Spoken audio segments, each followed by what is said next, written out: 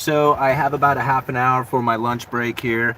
Thought I'd talk a little bit about a little bit more about the video that I had put out this morning. And really, I left a link down in the description. Really, it was a good topic because one of our viewers, Mike, who kind of gives me a hard time sometimes, but he's a pretty smart dude, and he always has good comments, although not always do I like the comments that he gives me, but he always has good comments. And he said something about passion versus possessions. And really, this is probably one of the bigger things that I see as far as a shift in the way that people behave from like when I was growing up to where the kids are growing up now. It seems like when I was growing up, there was still this idea of pursuing the American dream. Like you kind of just do things in stages, right? You know, you get like a driver's license, you have a job, you pay insurance, you do this through high school. Then when you graduate high school, if you don't go to college, and you try and take a job and get an apartment, and then you kind of progress from here, eventually moving yourself into a house and living like out that American dream. And this is something that like has really faded away. Like not only is it difficult to try and acquire a house, I mean we all know that from just the environment that we're in right now. But then the idea of even attempting to try and get a house is like really losing steam. But then why would you need a house if you don't really want to start a family?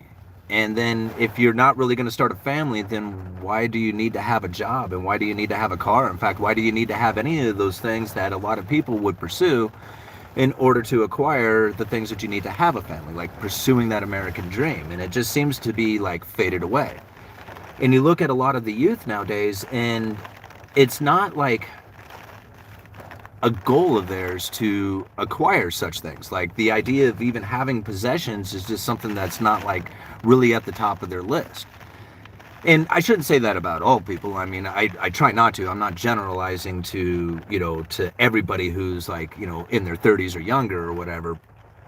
But it definitely seems to be somewhat of the case that like, when I was younger, getting a driver's license was a really big deal. And now especially it was a big deal for us where I grew up, because I lived out in the country kind of, and like if you didn't have a car, you weren't going anywhere. You were pretty much just stuck at your house and the few neighbors that you could walk to. But having a car now is not really like a big deal. It's expensive to have a car, it's expensive to drive, the gas is expensive, and then you got so many other options as far as getting around, whether it's the Uber or Lyft or just even the city transportation. It doesn't really give a whole lot of people the incentive to go out there and spend that kind of money on getting transportation when transportation is just so easily had. And that really goes along with like most stuff out there. I mean, even when it comes to like food or entertainment or just anything out there, it's so easy and so accessible that the idea that you have to go and have a job and work all week and doing something that you're probably not necessarily driven to do, but then the reward you get from that is relaxation in a nice comfortable environment of your home or apartment, get to eat the food that you want, maybe go out and enjoy yourself occasionally with some of the money that you have left over. But that idea is, like I said, it's like fading away. Like the idea of having possessions as opposed to just the experience of things, right?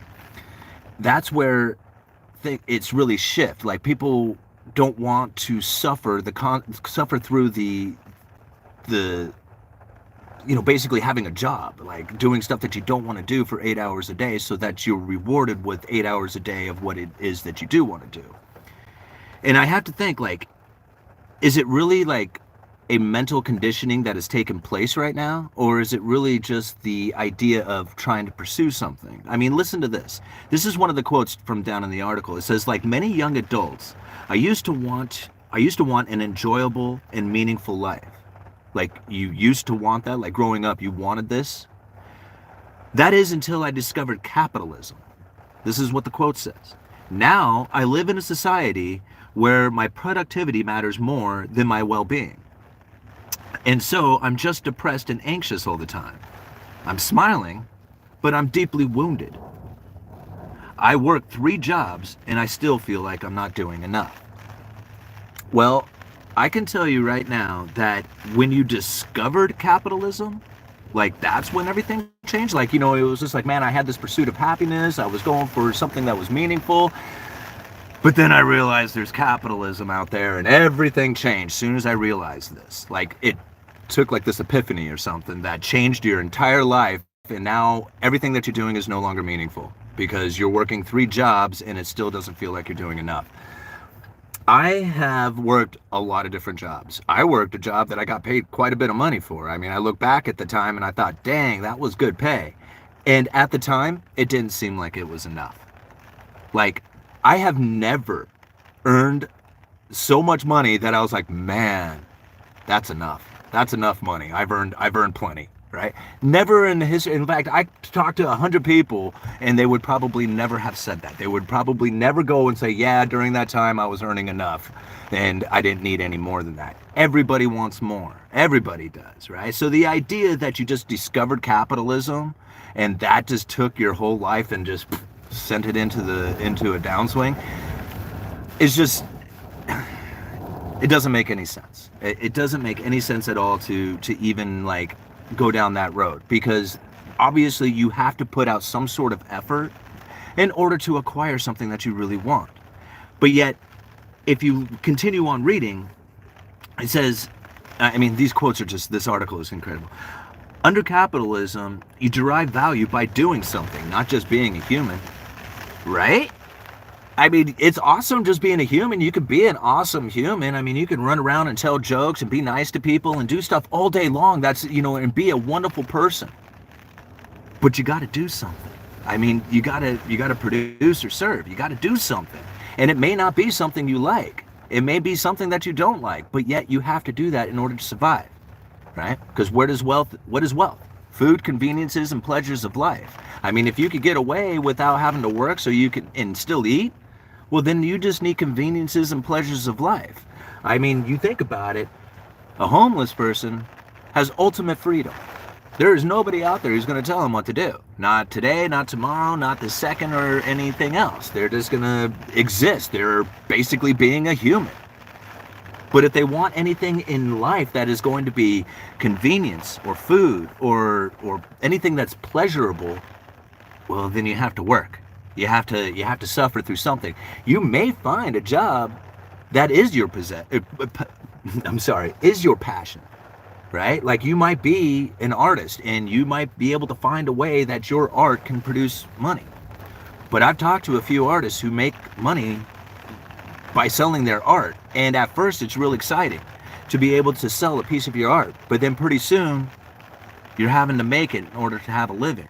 And then it just turns into production. Pretty soon, yeah, you might produce good art, but is it really the passion within you that's doing it? I mean, why is it that you produce the art in the first place? You're excited about selling it, but now you have to sell it. And there's a difference in it. You used to get to do it, and then it changes to have to do it. So yeah, you can take your passion and turn it into a profession and make money with it, but it doesn't mean that you're going to be super excited about it in the end. I mean, I know a guy who used to play violin for the Seattle's Symphony Harmonics. I cannot speak today.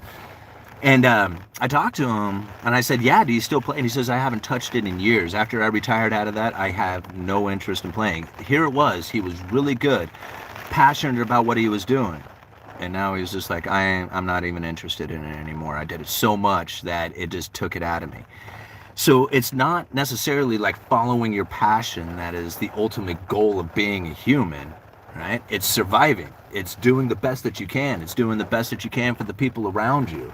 I mean, if you have a family, it's not like you get to just go and follow your passions anywhere you go. You have to put forth the energy and effort and time to take care of your family. And if you can get that done, well, then maybe after that you can follow your passions, right? But it's not capitalism that did it. I mean, just because you discovered capitalism and you realize that you have to be productive, And all of a sudden now it's just like, oh man, this is a drag on society. I should just be able to do whatever I want and be a human and just enjoy life without any kind of consequences or any kind of effort on my part. I mean, that will never happen in the history of time. Now, you can create a society that can kind of portray that and kind of give it to you for a while, but it'll collapse, it'll fall apart, and you'll be back to having to dig in the dirt again and planting seeds because you're not going to eat unless you grow your own food. Can you imagine that kind of life? Now, go follow your passion, right? You have all the freedom in the world. You have nothing. No food, no clothing, no shelter. You ain't got anything. What are you going to do? Right? You're going to have to go to work. You're going to have to do things that you didn't want to do in order to survive. Right? It's not capitalism's fault. It's just the way it is. All right. Thank you for the super chat back up there. Thank you. Let me see. Where are we at? I just kind of rambled on there for a while, didn't I? Let's see. You are the man, UE. Keep up the good work. We all appreciate it. Cool to get to hang out during these streams. Yeah, well, I really appreciate you guys hanging out. There's 200 of you right now. I'm going to be out here for about another 20 minutes. If you guys could please go and hit the like button. It really helps with getting these videos spread out there with the algorithm. It gets more people into the chat, and we can get more discussion going. Hey, right on, Simon. My passion is smelling flowers, right? I mean, who wouldn't want to have a job just sitting around smelling flowers? Well, I guess it kind of depends on what kind of flower you're smelling too, right? Okay, sorry about that. You all know what I mean. All right. Let's see. Just print more Russians. Yeah, we could do that. Let's see here. Ambition changed when meritocracy was killed, replaced by diology. The diology, what's that one? Within corporate America. Add to that lack of family formation and masculinity being attacked. We all reap what we sow. You know, speaking of that masculinity, I don't know how many of you guys follow Mind Smash. He does some pretty good videos. Mind Smash does, and he just recently did one on divine masculinity, which I thought was just an excellent video. If you get the chance to go check that one out, I would if I were you. It's a really good one. What kind of truck is that you're driving, and when did you get it? So I got the truck about, I don't know, what was it, 3 months ago or so. Chevy S10 2001, I believe it is. 2002. Chevy S10, it has, I don't know, 150,000 miles on it. Picked it up from one of the local deputies here for $1,200. It runs pretty good. I've been driving it around for the last couple of weeks just because it's just been sitting parked, so I figured that I would, get it out there and keep it moving. But I'll be back in the Toyota again soon enough. Milton Friedman literally covers everything. Yeah, he pretty much does. Got it when he got the house. Yeah, I did. I bought it when I got the house. It just happened to come up at the exact same time, and I happened to have, enough cash on me to get it right then, because he was, vehicles sell fast, right? And so if you have a running vehicle that's $1,200, I mean, that isn't going to last very long, especially in an area where there's very few of these things for sale. So yeah, I feel that I lucked out on it. Thank you guys for hitting the like button too. I really appreciate that stuff. Someone is flushing cash when they are using patches on their jacket. The people you think are rich in public are broke. This dude is wealthy one. Stay wealth. Yeah, I would like to think that I'm a wealthy dude. I'm really those of you who've been following the channel know that just a few years ago, I was very broke, very deeply in debt on credit cards. I worked, it took a long time, but I worked hard to get out of debt. I finally got myself out of debt. And just as I was really building up what I felt was a substantial savings, getting ready to really do something good, the landlord decided to sell the house. And I had to leave that house and forced me into buying. And it was at the worst possible time to try and buy a house. There was nothing available. Everything was super expensive. I mean, everything is kind of the same case. But still, it was a really bad deal, and getting into that house took everything out of me, like literally everything I had. When I was after I got the cashier's check for the down payment, which was a lot more than I was anticipating because I couldn't get the loan that the lender had originally established for me because of the foreclosure that I had in the past, which was weird because it didn't show up on my credit report, but the underwriters found it. So we ended up having to go with this entirely different loan, and the down payment for this entirely different loan was a hell of a lot more than what I was anticipating. So it took all the cash I had, like every dime. I think I had $300 and something, $340 left in my savings account after I got the cashier's check for the down payment of the house. Here's the problem, guys, is that I had to use the money that I had set aside to pay taxes with this year. So I didn't have any money to pay my taxes with this year, and I got nailed bad. Right? I had earned quite a bit doing the YouTube thing with the AdSense revenue, and thank God that I did. I mean, when lumber prices were running up, I was getting a lot of views on my videos, and during those few months, I mean, it was quite substantial to see the ad revenue coming in. Now, you can't count on that stuff because it's just so volatile. I mean, it can be, you know, it doesn't make any rhyme or reason. Some videos do very well, other ones don't do well at all, and it doesn't make any sense to why some. I mean, I know why some of them do better than others, but ultimately, what it come down to, guys, is that I owe the feds a lot of money when it comes to my taxes this year, and I don't have it. So I'm on a payment plan to pay my taxes back for this year, and it's going to take like a long time for me to get that paid off. So as far as wealth goes, and I'm me, man, I don't have a whole lot of it. I mean, luckily I was able to hold on to my silver bullion. I was able to hold on to the crypto. But as far as like cash in the bank, I don't really have a whole lot of that right now. And yeah, it's going to take me a while to build up a savings again. Just simply trying to get out of debt to the IRS. So, yeah, I got hit hard this year. It wasn't good at all. All right, I got another super chat. Where did that one come from? Appreciate it. I could use all the super chats I can get right now. Got into IT, was my hobby for 3 years. Now I'm super burned out, only to do it when it's for money or for the family. Yeah, and that's really where I did not want this YouTube channel to be. Like, I love the YouTube channel. I love coming out here and talking with you guys. I love putting out the videos. And getting to do that is just like, it means a lot to me. But it's changing into now I have to do it. Where if I don't have the YouTube ad revenue coming in, then it's going to be very difficult to try and make ends meet. And that's a bummer for me, you know. Like, I didn't ever want YouTube to be a have to. I always wanted it to be a get to, and that's starting to change for me a little bit.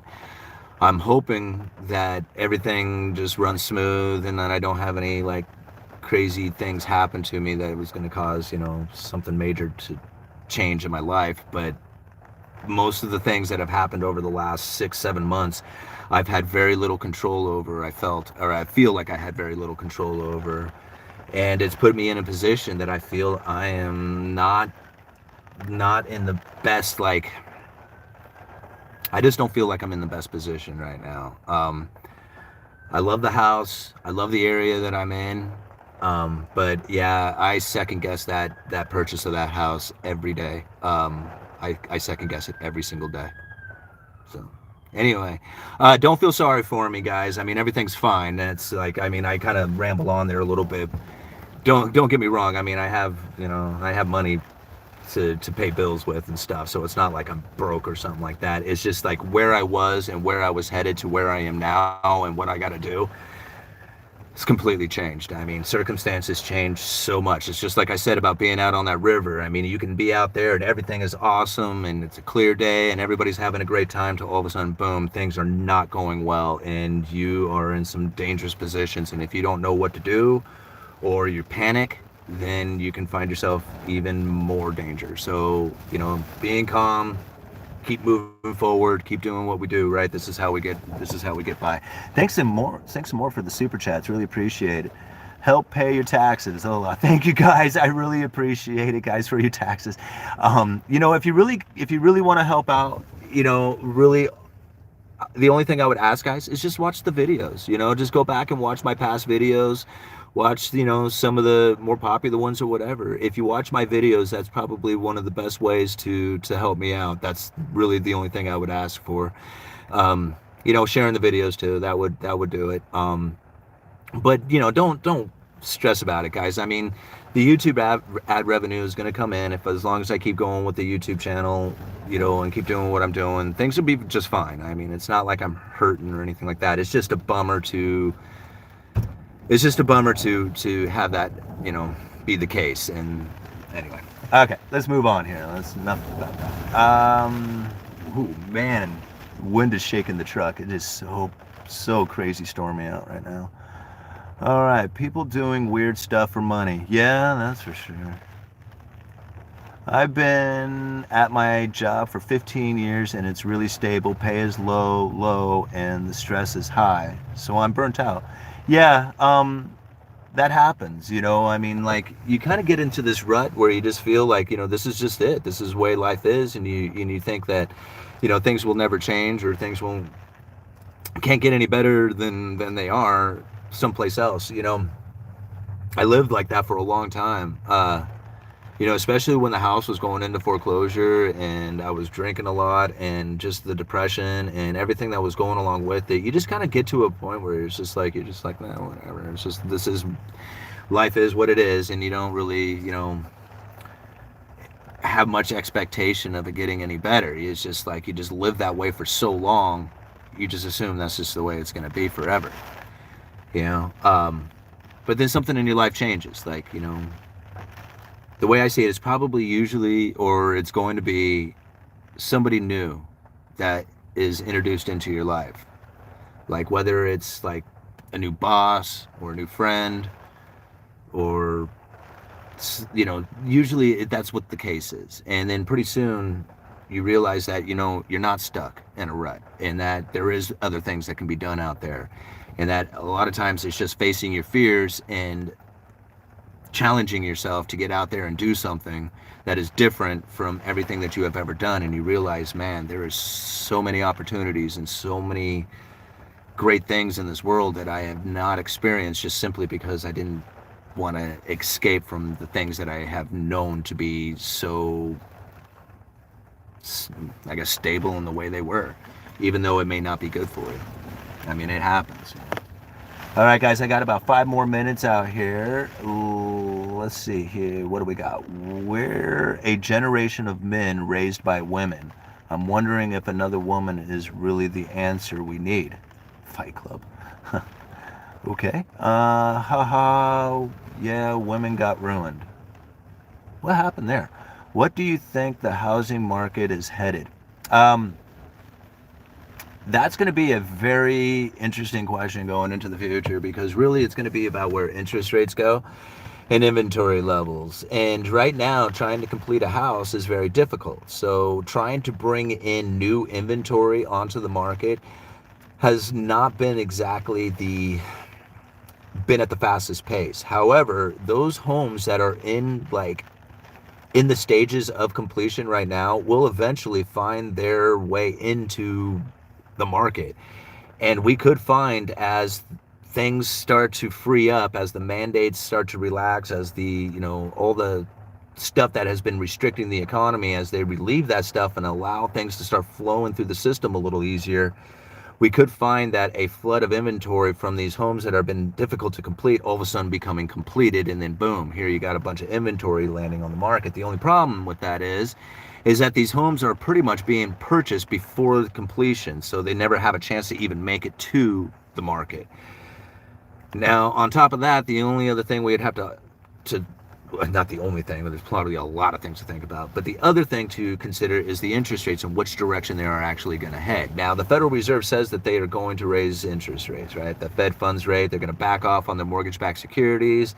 They're going to reduce their balance sheet of, mortgage-backed securities and treasuries. Without a buyer of mortgage-backed securities from the Federal Reserve, that's going to leave the market to buying these mortgage-backed securities. And something that I find interesting is that anytime there's like global turmoil, especially like the stuff that's happening over in Russia, Ukraine, things like that going on, is that it puts people in a state of fear. And if they're in fear, they're fear of like losing their value of whatever it is that they have. And the one place they really like to go is the United States. And I mean, it's because it's the safe haven. I don't know if people are really going to feel that way, like as passionately, passion and possessions, right? As much as they do right now, but yet it still seems to be the case. So as the interest rates begin to rise, as far as the Federal Reserve goes, if we continue to have like this global turmoil, it will force people, well, not force, but it'll scare people into the United States, and generally that's the U.S. Treasuries. If you can get the U.S. Treasury, like the 10-year benchmark, to drop, most likely you're probably going to see the mortgage rates come down as well. And we've actually experienced a little bit of that over the last week. So if interest rates stay down and the inventories begin to rise, that'll start creating another hot housing market kind of thing where the prices will continue to go up. Now, again, like how much inventory and how much of an interest rate rising or dropping even, this is all questionable stuff. I mean, it could go either way right now, and nobody knows which direction it's really going to go. I don't even think the Federal Reserve quite knows, and that's probably one of the things that they're going to hold back on and say, like, oh, well, maybe because of all the war and everything else, all this global turmoil going on, maybe now is not exactly the right time to be raising interest rates, considering everybody is pouring into the United States. You know, I don't know. I mean, it's very questionable on what's going to happen with housing. I honestly think that the prices are incredibly elevated. It's not sustainable, and I just don't see how they can go up. Like, I mean, I don't see why they would go up any further than this, except for, you know, the institutional buyers not allowing anybody to actually own a home and, you know, own nothing and be happy kind of thing, right? Well, I'm buying a home, right, and I'm not exactly happy about it, but, you know, whatever. All right, I got like 2 minutes left here, guys. Wish you the best. Thank you very much, man. I appreciate that. Throw a pop-up tent on the back of the truck and you have a mobile home. Yeah, what do I do with the 2 boys and the wife? Owning a home does keep you stuck, but does allow you to grow your own food and farm. That is exactly right. That is the one thing that I am very excited about having my own place, is that I can now really work on the sustainable aspect of growing my own food, maybe even starting up a business, doing something from this piece of property that can actually start producing an income. And I have a few ideas. I just need to kind of get them moving. Like I said, there was a lot of changes that have happened in my life here over the last couple of months, actually 6 months, but we're getting there. And once we figure it all out, we start flowing again, we'll be in it. We'll be good. Was there another super chat that I missed up there? Yeah, right on. Owen Benjamin gives you shout outs all the time. Do you ever watch his streams? You know, I need to, because people talk about Owen Benjamin giving me shout outs. In fact, I was down in Galveston when we took the Segway tours. The guy who was doing the tour said to me, he goes, so you got a YouTube channel? And I said, yeah. And he goes, what's it called? And I said, The Uneducated Economist. And he goes, hey, wait a minute, I know you. And that's when he said Owen Benjamin gives me shouts out gives me a shout out. And I said, right on, man. Well, that's pretty cool that you recognize the name from, you know, another podcast that's going on out there.